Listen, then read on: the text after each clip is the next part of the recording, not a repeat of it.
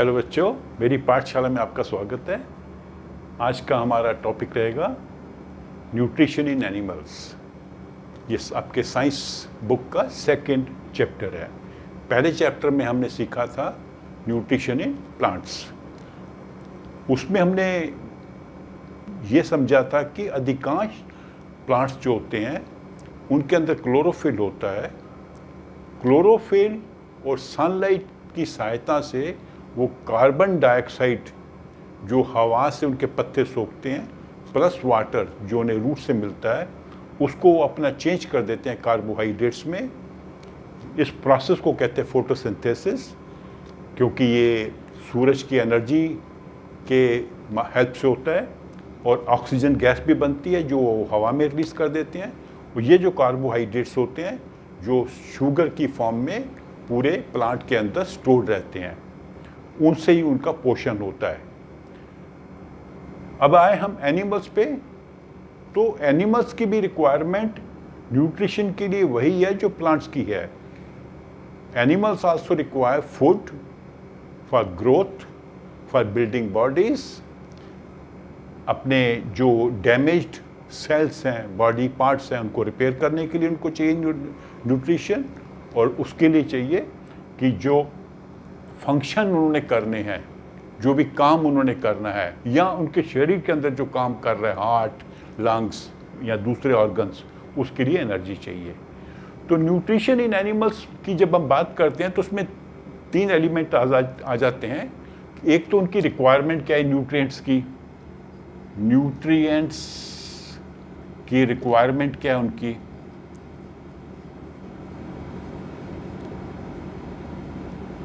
Second आ जाता है mode, किस तरह वो फूड को शरीर के अंदर ले जाते हैं। अलग अलग प्राणियों का अलग अलग तरीका होता है। हम लोग खाना खाते हैं, चबा के निगलते हैं। कुछ एनिमल्स हैं जो जैसे स्नेक्स हैं वो पूरा का पूरा स्वेलो कर जाते हैं। कुछ बर्ड्स हैं जैसे हमिंग बर्ड है, वो शहद सक करता है फूलों से, हनी भी सक करती हैं। ऐसे अलग अलग प्राणियों, मछलियां हैं वो बड़े बड़े फिश भी खा जाएंगी और बहुत छोटे छोटे पार्टिकल्स हैं कुछ वो खाती हैं। तो हर एक प्राणी का फूड को अपने शरीर में ले जाने का अलग तरीका होता है। Mode by which they take food.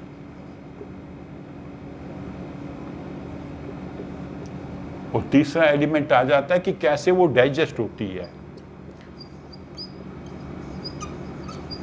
उनका डाइजेस्ट कैसी होती है उनके सिस्टम में। तो अभी आज के इस वीडियो में हम पहले ऐसा समझ लेते हैं कि जो ह्यूमन बींग्स हैं उनमें डाइजेस्टिव सिस्टम क्या होता है। तो इसमें दो वर्ड आ जाते हैं। एक आ जाता है डाइजेस्टिव ट्रैक्ट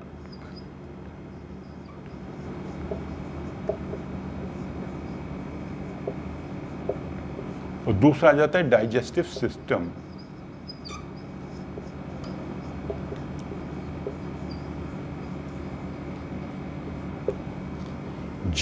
डाइजेस्टिव ट्रैक्ट जो है वो एक पाथ है, एक रास्ता है जो हमारे मुंह से शुरू होता है। मुंह में हम खाने को चबाते हैं, फिर हमारे वो ईसोफेगस से, जिसको फूड पाइप कहते हैं, वो हमारे स्टोमक में जाता है। स्टोमक में डाइजेस्टिव जूसेस और हाइड्रोक्लोरिक एसिड होते हैं जो उनको खाने को ब्रेक कर देते हैं सिंपलर कंपोनेंट्स में। उसके बाद में हमारे वो इंटेस्टाइन्स में जाता है, स्मॉल इंटेस्टाइन्स, जहाँ पर लीवर से बाइल जूस आता है, पैनक्रियास से पैनक्रियाटिक जूस आता है।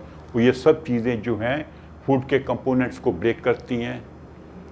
और स्मॉल इंटेस्टाइन के जो लास्ट पार्ट होता है वहाँ से जो फूड के कंपोनेंट्स हैं, जो सिंपलर कंपोनेंट्स होते हैं, वो ब्लड में चले जाते हैं। उनके अंदर जो इंटेस्टाइन के अंदर छोटी छोटी फिंगर लाइक थिंग्स होती हैं जिन्हें विल्ली कहते हैं, VILLI। ये प्लूरल वर्ड है और सिंगुलर वर्ड होता है विल्लस, VILLUS।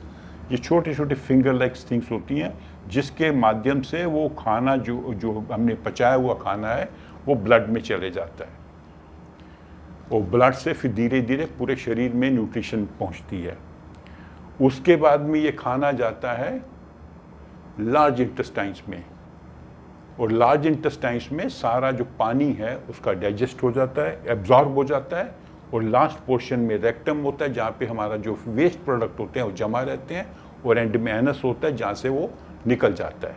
जब हम पखाना करते हैं वी पास टूल्स, तो वो जो भी अंदर खाना डाइजेस्ट नहीं हुआ, जो डाइजेस्ट नहीं हो सकता, वो निकल जाता है। तो इस पूरे सिस्टम को जो माउथ से शुरू होता है हमारे, अगर आपकी बुक में बनाया होगा फोटोग्राफ, माउथ से शुरू होता है, ये जाता है इसोफिगस में, यहाँ पे स्टोमिक है, स्टोमिक से फिर आ जाती हैं स्मॉल इंटेस्टाइन्स, वो घूमती फिरती रहती है अंदर, और उसके बाद में लार्ज इंटेस्टाइन, और लास्ट में एनस। तो ये हमारा जो है इसको कहते हैं डाइजेस्टिव ट्रैक्ट। तो डाइजेस्टिव सिस्टम थोड़ा सा अलग वर्ड है, क्योंकि इस ट्रैक्ट के अलावा इस डाइजेशन में कई और ऑर्गन्स हैं जो हेल्प करते हैं। जैसे हमारे मुंह के अंदर सलाइवरी ग्लैंड्स होते हैं जिससे सलाइवा निकलता है, वो जब हम खाने को चबाते हैं तो सलाइवा उसमें मिक्स हो जाता है। हमारी टंग भी रोल प्ले करती है। टंग क्या करती है? सलाइवा को मिक्स करती है खाने में और उसको अंदर पुश करती है। फिर ग्लैंड्स होते हैं, जैसे लीवर है। लीवर एक बहुत बड़ा ग्लैंड होता है ब्राउनिश रेड कलर का, जिसमें से बाइल जूस निकलता है। वो बाइल जूस एक छोटे से गाल ब्लैडर में थैली होगी, उस थैली में इकट्ठा होता रहता है, और वहाँ से जब ज़रूरत होती है तो स्मॉल इंटेस्टाइन्स में आ जाता है। वो ऐसे एक पेनक्रियास होता है, कोई लंबा सा क्रीम कलर का ग्लैंड है जिसमें से पेनक्रियाटिक जूस निकलता है, वो भी इस सिस्टम के अंदर आ जाता है। तो ये सब चीज़ों को जब इस ट्रैक्ट के साथ में बाकी चीज़ों को भी जोड़ दें, सलाइवरी ग्लैंड और गाल ब्लैडर और लीवर और पेनक्रियाटिक जूस, और भी जितने भी और भी बहुत सारी चीज़ें हैं, अब इस लेवल पे तो उतना ही पढ़ाते हैं, तो वो सब चीज़ें जो डाइजेशन में हेल्प करती हैं उसको कहते हैं डाइजेस्टिव सिस्टम। अभी थोड़ा सा हम समझ लेते हैं कि हमारे यहाँ पर जो मनुष्यों में जब खाना खाते हैं तो उसका प्रोसेस क्या होता है। सबसे पहला चीज़ है कि जो खाना खाते हैं उसके जो कंपोनेंट्स होते हैं, carbohydrates, proteins, fats, vitamins, minerals, ये थोड़े कॉम्प्लेक्स कंपाउंड्स होते हैं। इनको हमारा शरीर में एब्जॉर्ब नहीं किया जा सकता।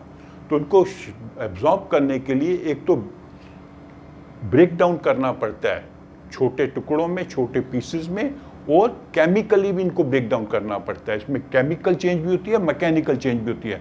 मैकेनिकल चेंज होती है हमारी दांतों से, हम कोई चीज़ काटते हैं, उसको छोटा करते हैं, फिर दूसरे दांतों से चबाते हैं, वो महीन पीस हो जाती हैं, तो ये मैकेनिकल चेंज है। और केमिकल चेंज कैसे होती है? जो डिफरेंट एंजाइम्स और जो जूसेस हैं वो उस खाने पर प्रभाव डालते हैं और उनके अंदर जो कंपाउंड्स हैं उनको चेंज कर देते हैं और सिंपलर फॉर्म में बना देते हैं।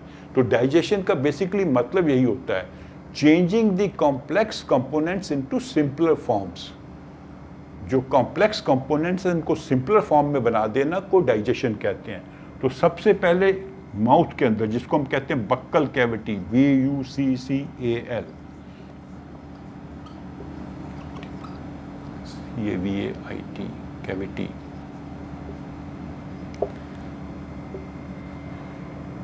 तो ये बक्कल कैविटी माउथ के अंदर है। दांतों से हम चीज़ों को काटते हैं, फिर चबाते हैं, और जो हमारे सलाइवा निकलता है वो खाने के साथ मिक्स होता है, हमारी टंग उसको मिक्स कर देती है, वो सॉफ्ट हो जाता है, और यहाँ पे केमिकल चेंज भी होता है।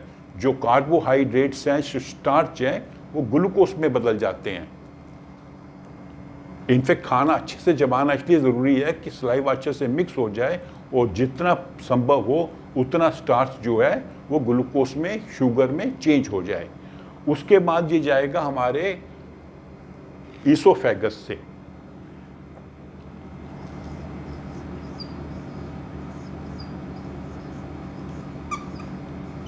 आजकल कुछ लोग ई से भी शुरू करते हैं, ओ नहीं लिखते हैं, ईसोफेगस। ईसोफेगस हमारी फूड पाइप है। इसके अंदर अपने आप खाना नहीं जाता, अंदर की वॉल में थोड़ी मूवमेंट होती है, वो खाने को आगे आगे पुश करता है, वो धीरे धीरे खाना जो है स्टोमक में पहुंचेगा। तो स्टोमक क्या होता है? स्टोमक एक बैग है, वो हमारे डाइजेस्टिव ट्रैक्ट का सबसे बड़ा कंपोनेंट है। एक बैग है जैसे जे टाइप, ऐसा बैग होता है। यहाँ ऊपर विंड पाइप, फूड पाइप से जुड़ा हुआ है, और यहाँ इंटेस्टाइन, लोअर इंटेस्टाइन से जुड़ा हुआ है, स्मॉलर इंटेस्टाइन से। तो ये बड़ा थिक, इसके जो मसल्स होते हैं बड़े थिक होते हैं। तो इसके अंदर जब स्टोमक, जब हमारा खाना पहुंचता है जिसमें थोड़ा वो सलाइवा मिक्स हो चुका है, तो यहाँ पर क्या होता है कि 3 जूसेस निकलते हैं। एक तो निकलता है म्यूकस। म्यूकस क्या करता है? स्टोमक की अंदर की जो लाइनिंग है, अंदर की जो लेयर है, उसको प्रोटेक्ट करता है। किससे प्रोटेक्ट करता है? हाइड्रोक्लोरिक एसिड, हाइड्रोक्लोरिक एसिड से। ये एसिड निकलता है जब हम खाना खाते हैं। इनफैक्ट जैसे ही हम खाना सूंघते हैं या देखते हैं तो हमारे अंदर ये जूसेस थोड़ा थोड़ा निकलने शुरू हो जाते हैं। अभी खाना पेट पे पहुंचा नहीं है, उसके पहले ही। तो हाइड्रोक्लोरिक एसिड क्या करता है? वो हमारे फूड में अगर कोई बैक्टीरिया आ गया है जो हमें नुकसान पहुंचा सकता है, उसको मार देता है। प्लस जो डाइजेस्टिव जूसेस आएंगे, इसके साथ में डाइजेस्टिव जूसेस भी आते हैं स्टोमक में। डाइजेस्टिव जूसेस हुआ ऐसे रस जो पाचन क्रिया में सहायता करते हैं।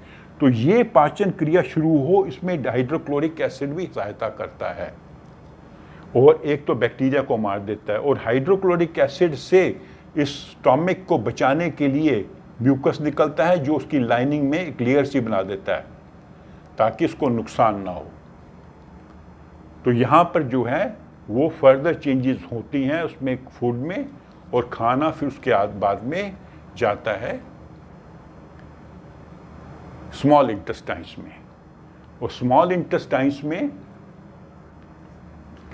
2 प्रकार के जूस आते हैं।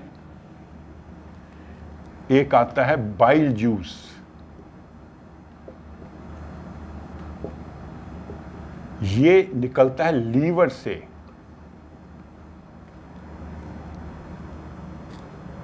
लीवर से निकल के गाल बैडर, छोटी सी थैली होती है, उसमें जमा होता रहता है, वो यहां से निकलता है। तो ये भी कंपोनेंट्स को ब्रेक करने में हेल्प करता है।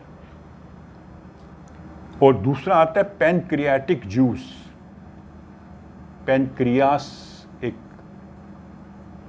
ग्लैंड है, उससे पैनक्रियाटिक जूस आता है। तो ये दोनों जूस जो हैं खाने को फर्दर ब्रेक डाउन करते जा रहे हैं।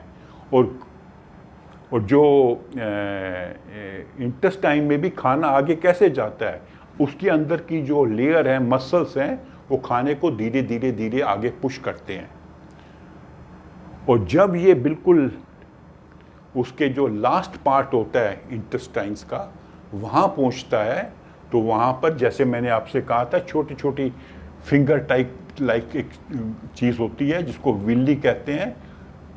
विल्ली क्या करती है? बेसिकली इंटेस्टाइन का अंदर का सरफेस एरिया बढ़ा देती है ताकि ज़्यादा से ज़्यादा न्यूट्रिएंट्स खाने से एब्जॉर्ब कर लिए जाएं। क्योंकि इस स्टेज पे जो न्यूट्रिएंट्स हैं जिनका शेप फॉर्म बदल चुकी है, वो एब्जॉर्ब होंगे और ब्लड में जाएंगे।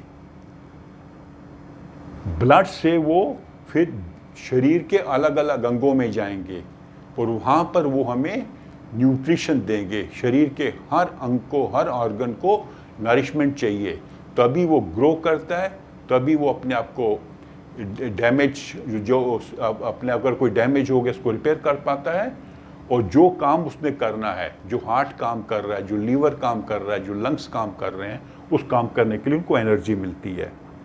तो उसके बाद में खाना फिर जाएगा लार्ज इंटेस्टाइन्स में, वहाँ पे सारा पानी जो होता है वो सोख लिया जाएगा, और बाकी जो धीरे धीरे मटेरियल है उसके लास्ट पार्ट में, जिसको रेक्टम कहते हैं, वहाँ पर इकट्ठा होता रहेगा, और फिर समय अनुसार बीच बीच में आपके शरीर से बाहर जाता रहेगा।